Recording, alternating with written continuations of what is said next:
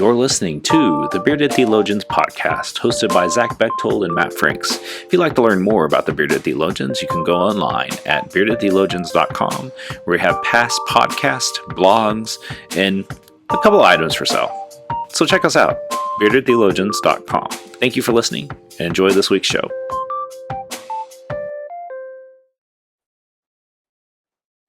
You're listening to the Bearded Theologians podcast, hosted by Matt Franks and Zach Bechtold. So this week on the podcast, a couple things we're going to talk about is the good book of Deuteronomy, chapter 30, verses 15 through 20. We were kicking around ideas of what to talk about, and this one fell into our lap thanks to the lectionary readings this week.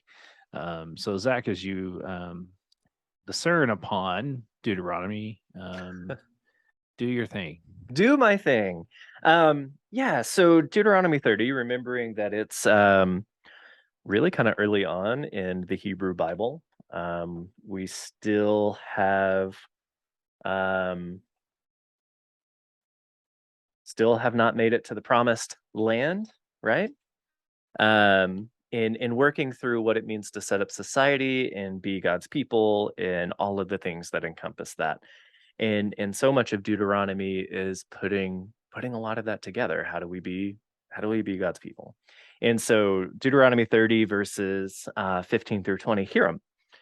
See, I have set before you today life and prosperity, death and adversity. If you obey the commandments of the Lord your God that I am commanding you today, by loving the Lord your God, walking in his ways and observing his commandments, decrees and ordinances, then you shall live and become numerous. And the Lord your God will bless you in the land that you are entering to possess. But if your heart turns away and you do not hear, but are led astray to bow down to other gods and serve them, I declare to you today that you shall perish. You shall not live long in the land you are crossing the Jordan to enter and possess. I call heaven and earth to witness against you today that I have set before you life and death, blessings and curses. Choose life so that you and your descendants may live, loving the Lord your God, obeying him and holding fast to him, for that means life to you and length of days, so that you may live in the land that the Lord swore to give you to your ancestors, to Abraham, to Isaac, and to Jacob. So there's a lot there. And I think the danger that we fall into today, the context in which we live in and often read scripture in with our own eyes and ears, it's really, really easy to read into that a heavy-handed warning from God of do this or else. And I don't think that's what we read here. I think it's a reminder of who the Hebrew people are called to be, where they're called to go, and a reminder of how they're called to get there by following God, right? By living into the commandments and ordinances and things that are before them, that God has set before them through people like Abraham, Isaac, and Jacob, people like Moses, right, who are bringing them forth in these ways. Something that I found really interesting in commentary about this was from, if you're watching us, it's the Hebrew Bible commentary that's written by Robert Adler. If you don't have that, I highly suggest to pick it up. It's really, really good. That was a unpaid plug. But he talks about the problem.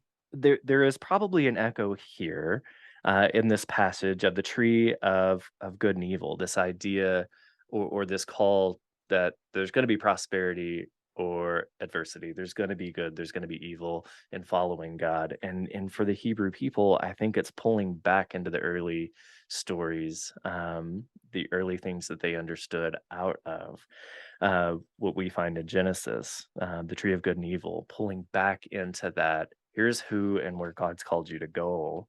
And leaning into that and leaning into the promised land for them. And so I find that really interesting when we read through this, again, looking into their context and why this reminder for them as they come closer um, to the land that was promised to them, and what all of that's going to take to get there. Yeah, and I think the big thing for me as a read through this is um, being um, cautious of not buying into the prosperity gospel of if I Hmm. give God all these things, all these good things will happen to me. Right. Um, is definitely not a healthy doctrine to follow. Um, I think the thing, as a definitely in the sense of a Wesleyan perspective, having those things that draw us into God, those practices, those disciplines that connect us to God, that hold us fast, even in the midst of a rough patch. Falling back into those disciplines because maybe we've fallen out of them. That's it's a good kind of place to be. I think that when we, like when it hits the fan, where's your faith? Like, are are you gonna choose life or are you gonna choose death? It's really the question to wrestle with. Mhm. And I don't know, I just um e- e- especially coming out of being so close to, the prosperity gospel and it Mhm. still has its reaches out here. Um, we'd have to unpack that a little more and tread lightly because there are some that would see this as, well, if I give to God all these good things are, if I agree to live with God, these Mhm. good things are going to happen to me. And, um, yes and no.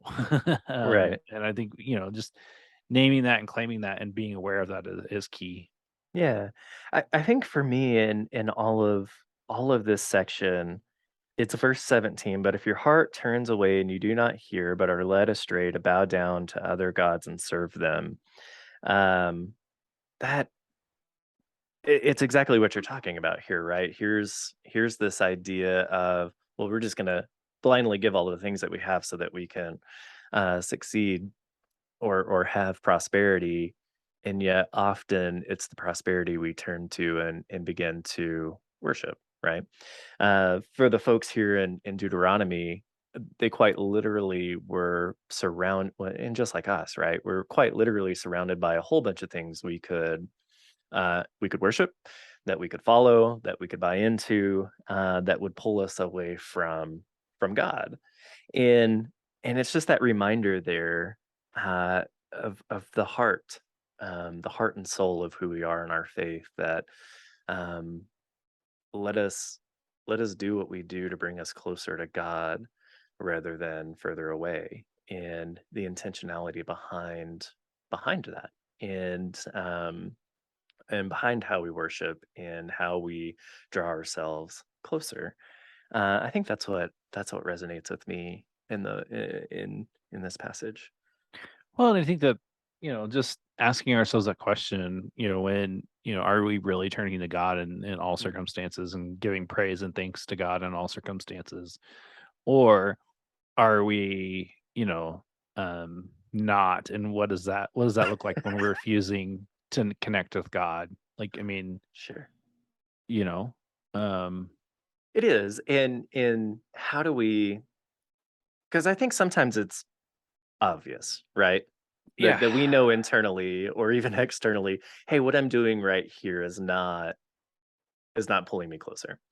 But then I think sometimes it's over time, right? Like, oh, in reflection, oh crap, that thing wasn't healthy for me.